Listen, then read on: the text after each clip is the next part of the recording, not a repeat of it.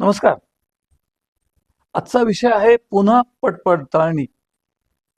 हा विषय चर्चेला का घ्यावा किंवा या माध्यमातून जनतेसमोर का मांडावा हा प्रश्न आपल्याला पडेल किंवा का मांडला हाही पडेल. तर हा विषय अतिशय भयानक अशा स्वरूपाचा निर्णय घेण्याची वेळ शासनावर का आली याचा आपण विचार केला पाहिजे. यापूर्वी विद्यार्थी संख्येवरती शिक्षक आणि शिक्षकेतराची पदं मंजूर होतात म्हणून विद्यार्थी दाखवून एका संस्थेच्या जर अनेक शाळा असतील तर त्या विद्यार्थ्यांची त्या अनेक शाळेमध्ये नावं जनरल रजिस्टरला नोंदवून नुसती संख्या फुगवली जायची आणि अशा पद्धतीनं ही रक्कम त्या बोगस शिक्षकांच्या मान्यतेतनं आता कोण घेत होतं हा या व्हिडिओचा विषय नाही, पण घेत होत.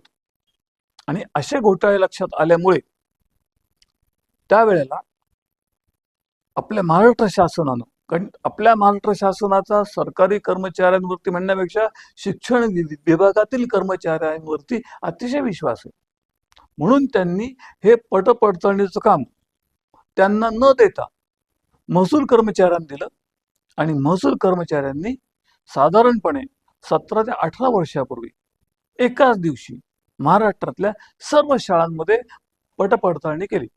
म्हणजे शाळेच्या वर्गाचा कॅटलॉग, हजर विद्यार्थी आणि जनरल रजिस्टर अशी पडताळणी केल्यानंतर त्याच्यात अनेक गमतीदार गोष्टी बाहेर आल्या. त्या आपल्या सगळ्यांना माहिती असतीलच.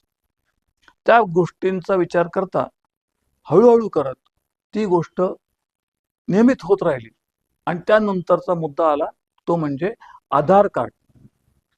आधार कार्डच्या आधारे विद्यार्थी तपासले जाऊ लागले.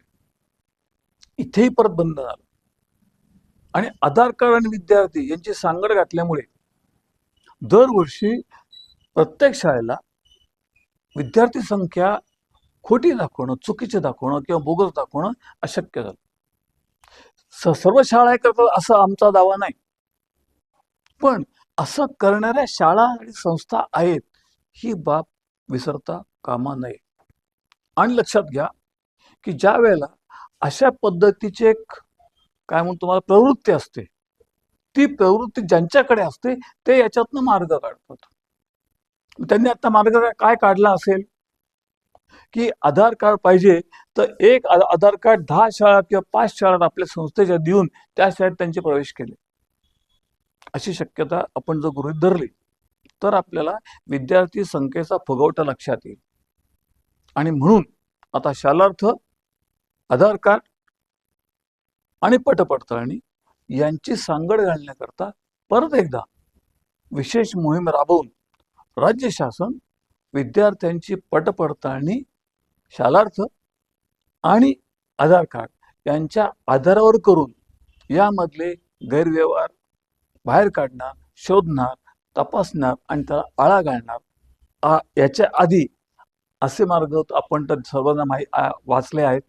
कोट्यावधी रुपयांचा शालार्थ ID घोटाळा झालेला आहे. आता नुकत्या झालेल्या TETच्या परीक्षेचे पेपर फुटलेत, त्याकरता लोकांना आतमध्ये म्हणजे शिक्षण विभागामध्ये न्यायानुसार कायद्यानुसार अद्ययावती करण्याचं काम चालू जरी असलं तरी अशा चोरवाटा मात्र शोधल्या जातात. आणि एक लक्षात घ्या, अशा जेव्हा चोरवाटा असतात आणि त्या चोरवाटांचा महामार्ग बनायला लागतो त्यावेळेला शिक्षण विभागातले कर्मचारी अधिकारी यांच्याशी संगनमत केल्याशिवाय या गोष्टी होणं शक्य नसतं. ही बाब जर आपण लक्षात घेतली तर यातला गंभीर गर्भितार्थ आपल्या सगळ्यांच्या लक्षात येईल. पण ही आता पडताळणी होणार आहे ही बाब लक्षात घ्या. आणि याचा एक परिणाम शैक्षणिक व्यवस्थेचा सुधार, शुद्धीकरण आणि प्रामाणिक व्यवस्थापन यावरती होऊ शकतो. ही बाब लक्षात घेऊन आपण या सर्व गोष्टींना सदिच्छा व्यक्त करू आणि ते थांबू. धन्यवाद.